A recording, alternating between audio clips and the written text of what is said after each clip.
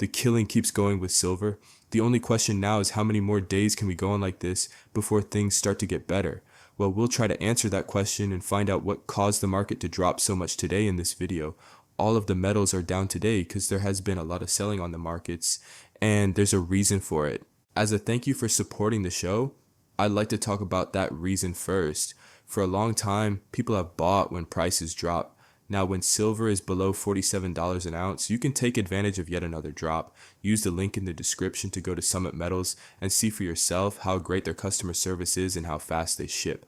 So, this is the story of the tape when it comes to valuable metals. Everything is now in the red, and the markets are about to close. With a loss of $116.30, gold is now worth less than $4,000 an ounce for the first time in a long time. Don't forget though, that $3,996.90 is still a very big number. Platinum and both of those metals fell more than 1%. Today though, silver took most of the damage. It's not up, it was down more than 4% earlier in the day. It fell as low as $46.02. After a high of $48.74, it's crazy. Right now it's worth $46.82. This morning it took an epic beating. Now I want to know what caused a lot of this. People are going to laugh. It makes some people mad when I talk about geopolitics and trade problems. Reuters says this means that the trade progress lowers the desire for safe havens.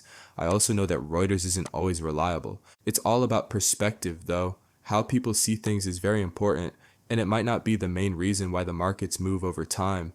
Every day though, that makes a big difference. Also, that's one reason why the price of silver dropped so much. I'll talk about the good news later in the film. Watch out for that good news. As trade concerns between the US and China began to ease on Monday, gold prices dropped below $4,000 an ounce. This was because bullion was no longer seen as a safe haven, and investors were waiting for the US Federal Reserve to decide on interest rates this week. We already know how that will end. Rates are going to go down by a quarter point. I think that some of that is still baked into these prices. It's because of these pressures that the spot price of gold and silver are going down. David Merger, head of metals trading at High Ridge Futures, says that a possible trade deal between the US and China means that safe assets like gold will be needed a little less. Gold hit a new high of $4,381.21 on October 20th, but it fell 3.2% last week after signs that trade tensions between the world's two biggest economies might ease. On Sunday, US and Chinese negotiators laid out the main points of a deal that would stop the United States from imposing higher taxes and delay China's controls on rare earth exports. On Thursday, Donald Trump and Xi Jinping from China are set to meet to talk more about a trade deal. And once those deals are more solidified or there is more good news, the price of silver and gold might drop even more. But remember, what's holding the gold? How is gold being held up? The main reason for this is that state banks all over the world have been buying gold and not selling it. They are continuing to build up. Along with technical selling, gold prices are also going down because trade tensions are easing. During the first 3 weeks of October, prices rose from $3,800 to $4,400, but now they are going back down. This is according to Jeffrey Christian, general partner of CPM Group. This could be the bottom for gold, which could be $3,800. When trade conflicts start to ease or come back together, that could be the low point for gold. We'll see. The market thinks that there is a 97% chance that the Fed will cut rates by a quarter of a percentage point at their meeting on Wednesday. Since gold doesn't earn interest, it usually does well when interest rates are low. Even though most experts and investors think gold will go up even more, even to $5,000 an ounce, some aren't sure if its recent huge rise will persist. According to Capital Economics, the price of gold will drop to $3,500 an ounce by the end of 2026. Well, that's the first prediction that gold will go down after a few days of drops. That's not likely to happen though, folks. Because of this, I think silver will also do well. I believe it might be even more so. It's much harder to explain why prices have gone up 25% since August than they were during the gold rise. Of course, I don't agree with that either, especially if central banks keep adding gold to their holdings. I think that will happen more often. Silver will do well if that happens. One more thing, how much less will silver cost after this? That is the main question.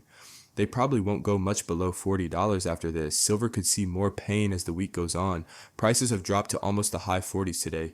Over 60% of people who watch my Market Watch show on Sunday Night Live thought silver could reach $50 by the end of the week.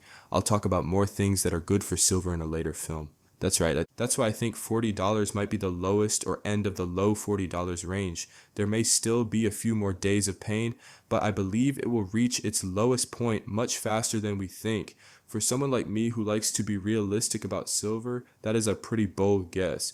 Also, I might be wrong. Silver is doing too well, and not just because of what I'm going to talk about in a future video. There's also the general economic situation with things like inflation, the dollar losing value, and the high demand for silver in general. In general, more people want silver, and there will be more problems with the supply chain in the weeks, months, and years to come. That's right. To put it another way, they can't dig enough to meet the demand. And everyone agrees with that look at things.